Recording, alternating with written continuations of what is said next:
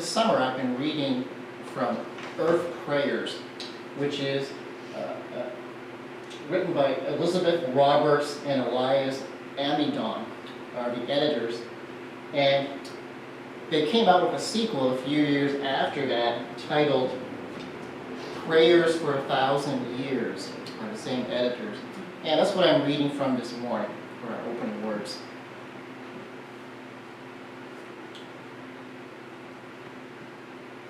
This is by poet Annie Dillard.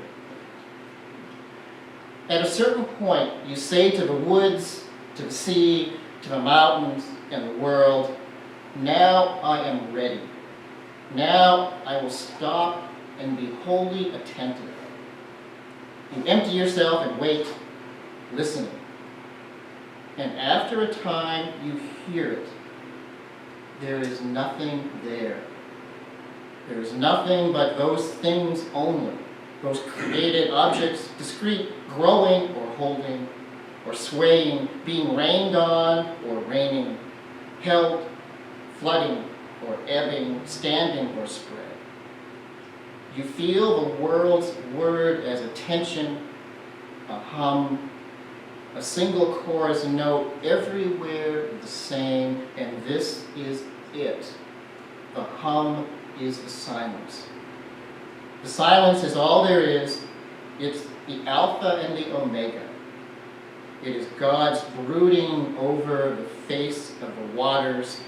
It is the blended note of 1,000 things. For wine of wings. You take a step in the right direction when you pray to this silence, and even to address your prayer to the world.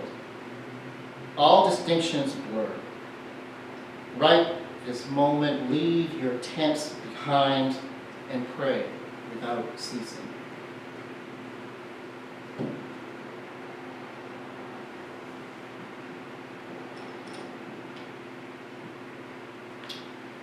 For our moment of centering silence, let us listen to the silent hum of the universe.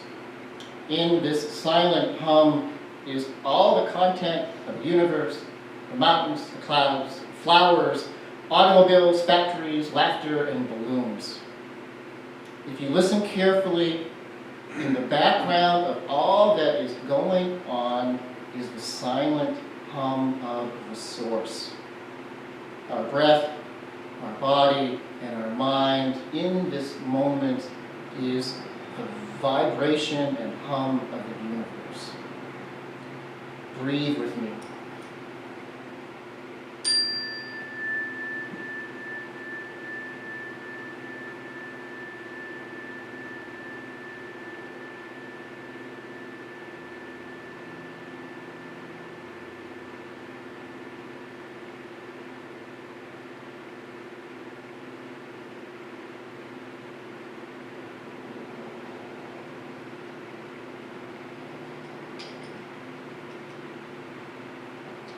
For our chalice lighting this morning, Karen, would you assist me?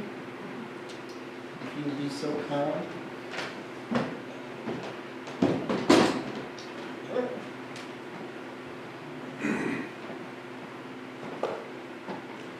You looked way too comfortable.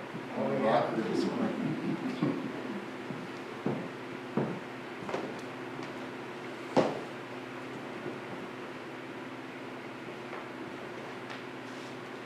We light the chalice today for the first day of August. In these days of summer, may the sunshine and warmth of the season renew our spirit and light our soul with compassion, kindness, and patience. This morning, we turn toward the light. Thank you, Karen.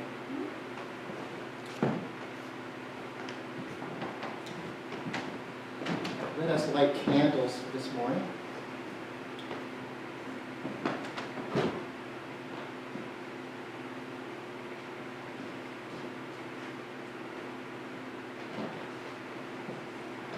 For this weekend, the town of Monticello celebrated their 175th birthday.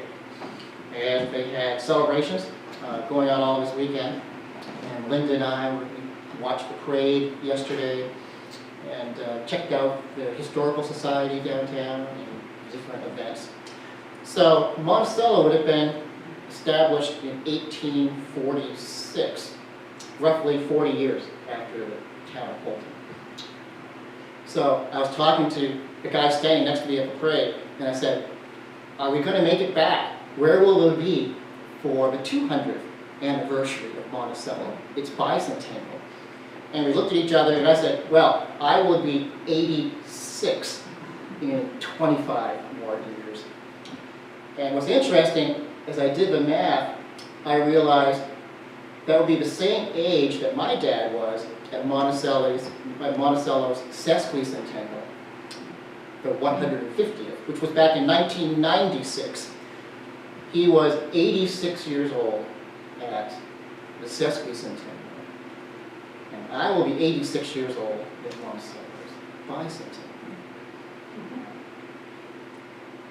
But that's a long ways off. It was fun to celebrate this weekend. So that candle is from Monticello. And also, for more Monticello news, the Blue Moose just reopened under new management. And the owners are connected to our congregation here at UU Houlton, Hillary Ellis and Joshua Ford, who were married here. And Hillary's done several services years ago. And of course, her father was a member of Congregational Church and Unitarian for years. So check out their new menu. And that's going on during Monticello's. Tell me about the chicken pork and blue burger. And they cook. That was so good. And one of their cooks is also one of our members here. So drop by the Blue Moose. It's a great experience. Not that I'm doing a commercial, but I guess I just did.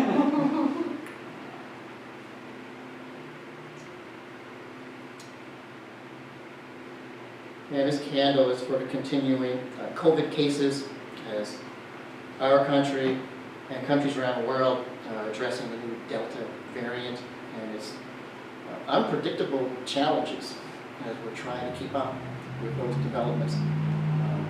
So please remain diligent and supportive of those in our community and across the country as we get through this period of our history right now.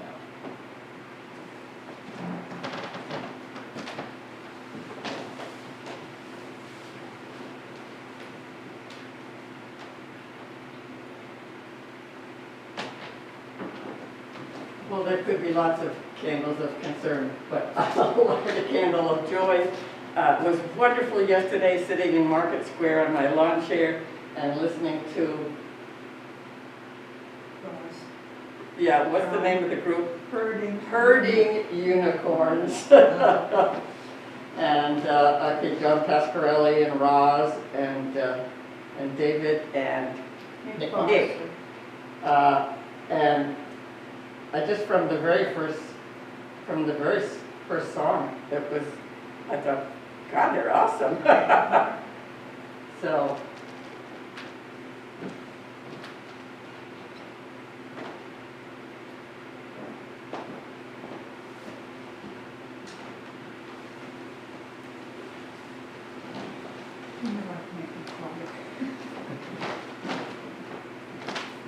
A double candle of joy.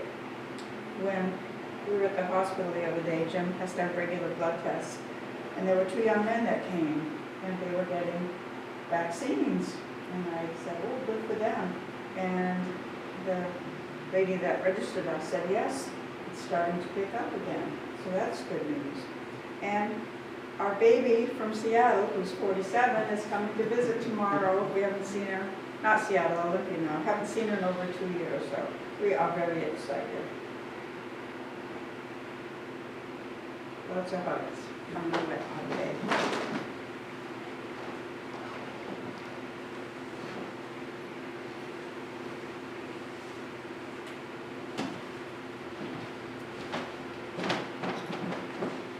This is a candle for the continuing fires in the western United States.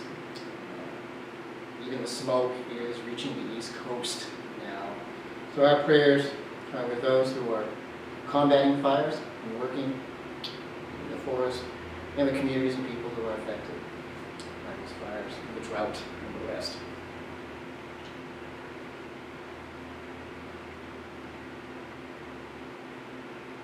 And this is a silent candle for those unspoken prayers and concerns that we carry. Any names you would like to share this morning? Nancy. Viola, Elaine, Charles. Lucas. Charles. For those concerns and names mentioned this morning, we hold them in the light of healing, love, and compassion. May our group energy this morning benefit all, far and wide. May our own minds be renewed and restored to a positive and healing state. Blessed are we all on this day, the first day of August. Amen, and blessed be.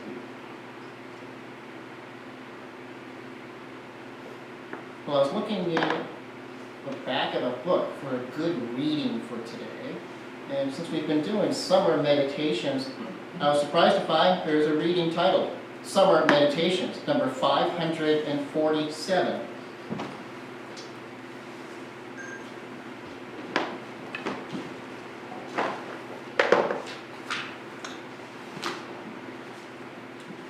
This is a reading by Robert T. Weston. I'll read the bold, if you read the italicized. Now blows the wind with soft, relaxing warmth. The sun beats down, the schools are out. Children swarm in the playgrounds and the streets, and eager city folk vacation bound crowd the broad highways. The lakes and seashores lose their solitude, and all the world seems turned to carnival. What about us? There could be now deep peace, a time for soul searching. We might turn to examine our own lives, to sort and probe our tendencies of thought. To sift the true from thoughts and the things of doubt. The beautiful from ugliness unmarked. The sun beats down. It is a time for pause. Even the trees seem resting for a time, as if to meditate and gather strength for the more strenuous times that lie ahead. And shall not we? Here's the unfinished clay, half molded, that still waits on us. To think what we have been, and as we are still yet have to become.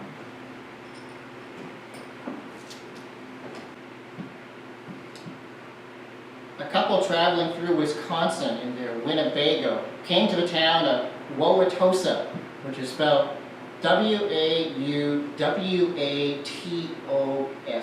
They stopped at a fast food restaurant, placed their order, and asked the server, "Would you please say the name of this place slowly so we can know how to properly pronounce it?" The server simply answered, Burger King.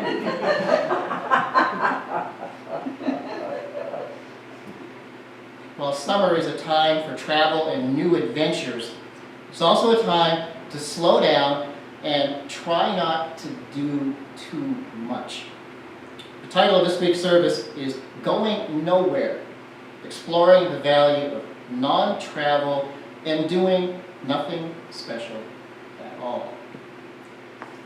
Sometimes summer can become just as busy as any other time of the year. Places to go, things to do, and sometimes our vacations become just as exhausting as our work. I can't wait to get back from my vacation so I can rest up. So today, we're talking about an approach to our summer schedule that is a difference maker. Not the schedule itself, but how we approach it. This morning I'm reading a story from Sylvia Borstein's book, It's Easier Than You Think.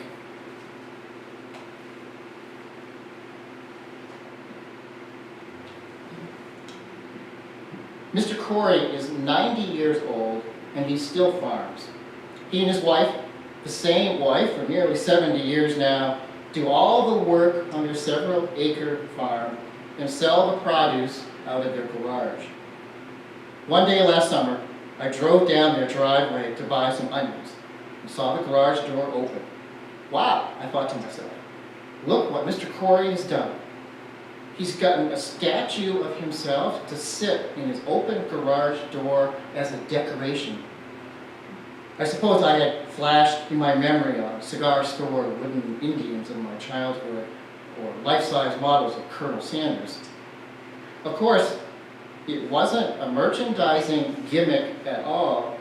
It was Mr. Corey himself sitting still as a statue, waiting.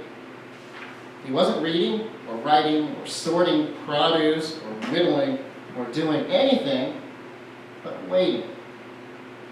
And it wasn't as if the Corey's produce stand is on a main road where he might be watching the traffic go by. Their garage is behind their house, and their house is on a barely traveled side road. Nothing goes by their place. Mr. Corey didn't have anything he needed to do, so he wasn't doing anything. I never discussed philosophy with Mr. Corey, but my guess is he would say, if it isn't broken, don't fix it. Or, if it is broken, and you can't fix it, I wouldn't worry about it. I stopped my car. I got out and walked all the way to the garage before Mr. Corey moved. Suddenly, I remembered my camera, which I left in my car, and I said, Mr. Corey, would it be okay if I took your photograph? Yep, he answered. He never even bothered to ask why. I took the photo, and it was a good one. I call it a present-day American Gothic. Mr. Corey sitting impassively next to crates of tomatoes and zucchini. I framed an enlargement of it and hung it in my office near a photo of Meher Baba, a spiritual teacher that I admire. I considered sending the negative to Country Life magazine, and I imagined they would print it and give me the photo credits. But instead, I took a framed copy of the picture and brought it as a gift to Mr. Corey. All he said was, "Thank you, miss."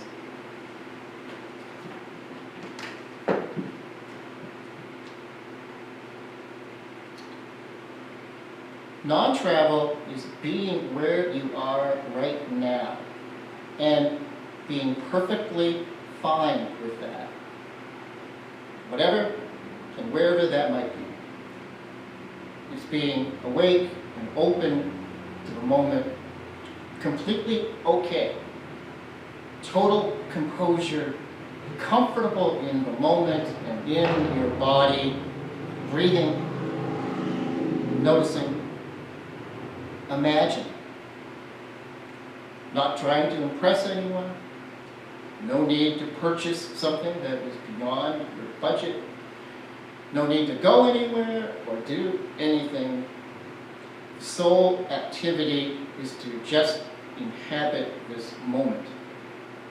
To live it fully, no regrets, no hesitation, no second guessing, no complaints, no hassles. Live this moment like it is the only moment. No special place to go. No special thing to acquire. Just this. Just that. So here is an easy way to remember how to practice, or how this practice of non-travel works. All we're really doing is changing our approach to what we're already doing. It's this shift that's important, or this change in our approach. So if you take the title of today's talk, Going Nowhere, take the second word, nowhere, and approach the word differently. if you put a space between the letters W and H, you now have two words that say, now here. With this simple shift, you have moved from nowhere to now here. This is one of the most significant psychological and spiritual shifts you can make. Because now, no matter where you may be, you are now here. This is the practice of non-travel.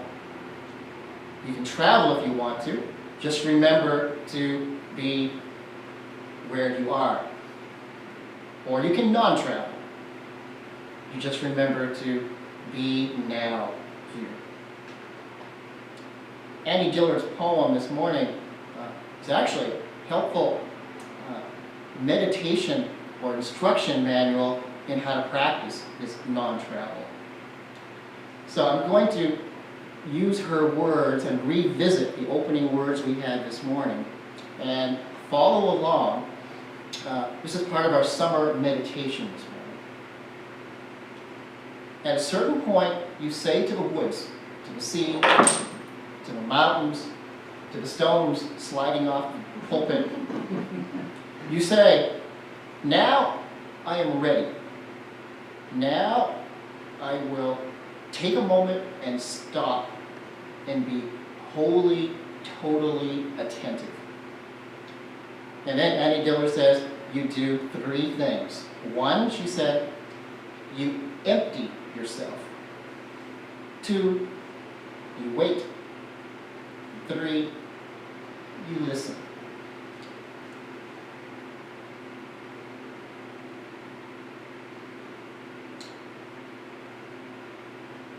After a time, you will hear it. And interestingly enough, there is nothing there. There is nothing there but the things that are there. And in her poem, Annie makes her list of an example. And you can make your own list this morning if you like. Things like water, sky, beaches, golf, dairy bars, bullfrogs. You take all these items in the world around you and you simply sit, listen, be wholly attentive, and observe. And she says you will feel the world as, you'll feel a tension between these objects, or the noise and the clatter and the activity of all these things. But if you listen closely in the background, there is this hum. She called it the silent hum of the universe. When you listen closely, in the background you can hear silence. Silence is all there is. It's the beginning and the ending and everything in between. She called it the Alpha and Omega. Just listen closely. And in doing this, you are taking the first step in the right direction. It's the coming together of everything you can see and hear and think about right now. And in this stillness, if you sit long enough, in this stillness is the calm and tranquil space that our beleaguered souls seek. In this quiet space is the peace of summer things and summer activities, the special okayness of the ordinary and the mundane. You can't force yourself or make it happen just like that. It has to happen on its own and in its own time. You have to wait, be alert, and relax into it. It opens on its own, almost like the petals of a flower opening when the sunlight rests upon it. You just slowly open with no effort. The summer breeze blowing by, the sun continuing to shine. almost like a time-elapse photograph. You can see it just open in front of you. A red echinacea. Peonies will do that in a matter of minutes as the sun comes on. So here's our meditation exercise for this week. Take 15 minutes, and again, this exercise may look like you are wasting your time on a summer day, but find a comfortable chair, indoors or outdoors if it's a nice day. Select a setting of your choice, a space that is a good space and place for you. Take your chair and just sit in it. Don't do anything. Be like Mr. Corey, waiting for a customer to roll up to his garage door. And then follow the instructions by Annie Dillard. It's 1, empty yourself. It's a term almost like taking out the garbage. Whatever you've been accumulating for the day or for a week or weeks, you bag it up, just set it aside, and don't take it with you to the chair. It's like taking out the garbage, and then you wait. Look around. Use all of your senses and the intake, especially the listening part. Not for just the exterior noises, but to listen to an interior response. It's like God moving upon, brooding upon the waters. The divine or a voice will speak, but it's not audible voice.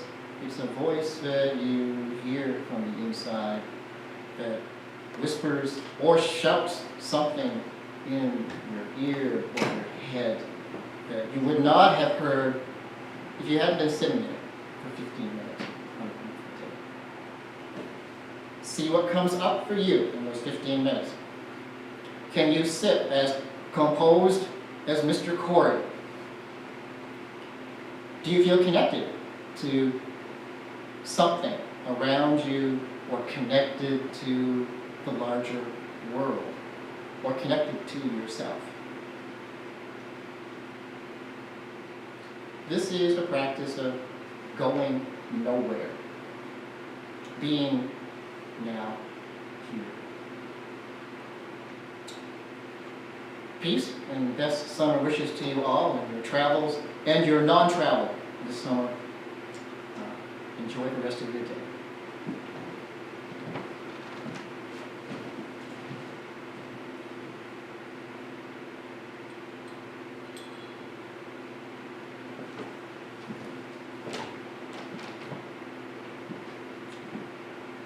And now may the courage of the early mornings dawning, and strength of the eternal hills, and peace of the evenings ending, and the always continuing love of God be and remain in our hearts on this day and in the days to come. Amen.